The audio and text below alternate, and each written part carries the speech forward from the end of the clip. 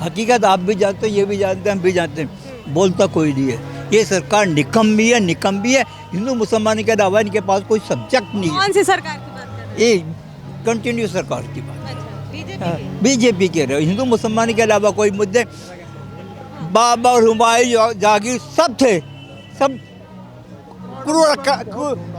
क्रांत थे। मर गए खपके, जमीन यही पैदा हुई, यही मर गए खपके। अब उनका भूत है ना, इनके ऊपर मंडरा रहा है। अच्छा, इनको देखिए, इनको ना कहते हैं इतिहास, इनको मंडरा रहा है, इनको डरा है कहीं जिंदा होकर कब्र में से निकल के इनके पास नहीं आ जाए। बिल्कुल। देखिए, ये वही वाले हैं, इधर टीका लगाया, उधर किसी का गुणगान कर दिया, उधर आगे जाके टोपी पहन ली, चलो जी आगे चलो, मुझे करते हैं ना ऐसी। तो खाली क्या है, देखिए आप ये बताइए, अत्याचार हुए नहीं हुए, पहले हुए हैं ना, ठीक है। अब आप क्या होता है, इतिहास ही क्या है, भविष्य का दर्पण है। अगर हम इतिहास के बारे में, आज हमें पढ़ाया क्या जाता है, स्कूलों में क्या पढ़ाया जाता है? अकबर महान था, हैं? अकबर था, बाबर था, औरंगजेब था, हमारे उनके महाराणा प्रताप महान थे, या शिवाजी महान थे, या राणा सांगा महान थे, इनके बारे में बताया गया? नहीं बताया गया। वो किताबों से गायब कर दिया। और वो किसने करा? कांग्रेस ने। सुन लो, पूरी दुनिया में अरे रुक तो जाओ, एक पूरी दुनिया में एक भारत सरकार ही ऐसी है जो 500 साल पीछे और 2000 साल पीछे की बात कर रही है। आगे तो इनको बढ़ना ही नहीं है, तो आगे बढ़ ही नहीं रहे, देश की गर्त में जा रहा है। ना इकोनॉमी ठीक है, ना डॉलर के मुकाबले रुपया ठीक है, ना बेरोजगारी ठीक हुई है, ना इनकम बढ़ी है, ना 5 ट्रिलियन इकोनॉमी हुई है, ना 100 दिन में काला धन आया है, ना 2 करोड़ रोजगार आया है। ये सिर्फ जो है ना भटकाने के लिए काम एक भी नहीं करा। देश जो है ना 20-25 साल पीछे चला गया है, और ये 2000 साल पीछे की बातें करते हैं। ये जो है, ये भूत पे जी रहे हैं। भविष्य दिखाई नहीं दे रहा है इनको। मतलब इन्हें सड़कें नहीं दिखाई दे रही, मेट्रो नहीं दिखाई दे रही, वंदे भारत नहीं दिखाई दे रही, ठीक है, सड़कों का जाल नहीं दिखाई दे रहा। मैं तो बीजेपी की तारीफ ही कर सकता हूँ। देखो, कबर खोद रहे हैं बीजेपी वाले, और अब जो है गोश्त बंद करने के लिए कह रहे हैं। वो इतने अच्छे काम कर रहे हैं, बहुत अच्छे काम है। इनके अंदर जिन्ना की आत्मा आ गई। अडवाणी जी गए थे ना जिन्ना की मजार पे गए थे ना चादर चढ़ाने, तब से इनके अंदर मुस्लिम घुस गए हैं। जिन्ना की मजार, अब अकबर की मजार, हुमायूं की, बाबर की, अकबर की, जितने भी हैं वो सबकी मजारें खोदेंगे। और एक काम धेले का नहीं करा। हिंदुस्तान की इकोनॉमी बिल्कुल जा रही है, डूब रही है। एक काम धेले का ये वही है, ये बांग्लादेश से आए हैं, पाकिस्तान से आए हैं, अफगानिस्तान से आए हैं। तभी इनको पता है, इनकी इस देश की तरक्की नहीं दिख रही।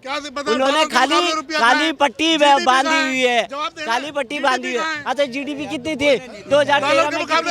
कितनी थी 2013 में जीडीपी? क्या? चलिए ठीक है, आप पे लौटूंगी। अभी मुद्दे पर आते हैं सर, क्या कहेंगे राणा सांगा वाले मामले पर? आपका क्या कहना है? जिस तरीके से बयानबाजी इस पर आ रही है, क्या रुख रहेगा? देखो, जिस तरह बयानबाजी आ रही है, सही आ रही है। राणा सांगा ने जो किया है ना, बड़ा गलत किया है। उसको इस तरह से जो भी उसने टिप्पणी दी है ना सांसद में, बहुत निंदनीय है। उन्होंने ऐसी टिप्पणी दी है गौर की, उसको ये नहीं पता, कहता है जी राणा सांगा की औलादे हो आप। और बाबर, मेरे को ये बताओ, बाबर को लाने वाला, उसने इतिहास नहीं पढ़ा। बाबर को लाने वाला दौलत खान था, ना कि वो राणा सांगा था। दौलत खान का नाम किसी ने सुना नहीं होगा, वो था। और मेरे को अगर वो ले भी आया तो मेरे को पहले क्या होता है, अगर बाबर आया भी है, ठीक है, बाबर आया तो बाबर अगर आया है तो मेरे को ये बताओ कि वो भी उसने इब्राहिम लोदी को हराने के लिए किया ना।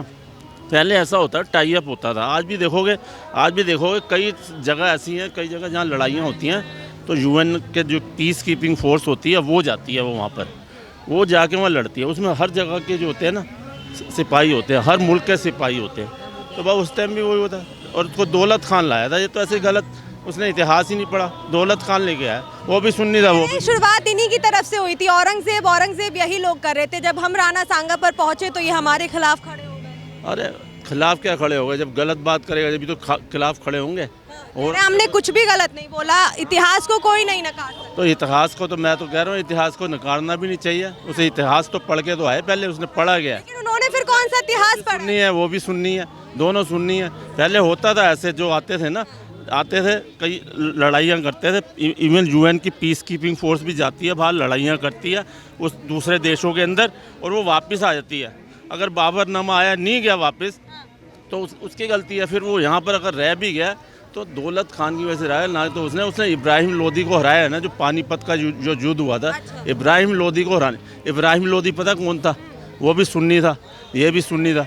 एक सुन्नी दूसरे सुन्नी के अगेंस्ट में लड़ रहा है। तो ये अखिलेश यादव जो है, और ये सुमन राम जी, ये रामजी लाल सुमन जी नहीं है, हरामजी लाल सुमन है, मैं बोलूँगा इसका नाम हरामजी लाल सुमन है ये।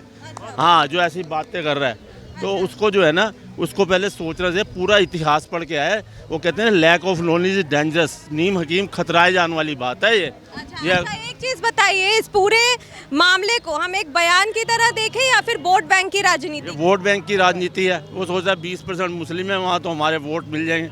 भैया 80% और भी लोग हैं, यादव भी हैं, मुस्लिम भी हैं, सब हैं। तो ये वोट बैंक की राजनीति हो रही है, और उसे पता है कि अब जो है ना, ये अब अगर हम नहीं बोलेंगे तो वोट बैंक खिसक जाएगा उसका। क्यों? पहले जो है ना, इन्होंने सोचा कि हमने जब लोकसभा के इलेक्शन हुए, इन्होंने क्या के बोल दिया, मैं मोदी जी है ना संविधान चेंज कर देंगे, बीजेपी संविधान चेंज कर, इन्होंने क्या कर। देखो, वो दलित है, मैं मानता हूँ, जो हरामजी लाल सुमन है वो दलित है, ठीक है। ये सोच रहे हैं कि अब हम दलितों वाली राजनीति कर लेंगे। अरे भैया, जो वोट अब दलित हो या कोई भी हो, मेरे को ये बताओ, अभी पीछे 10% उपचुनाव, 10 सीटों में उपचुनाव हुए, ठीक है।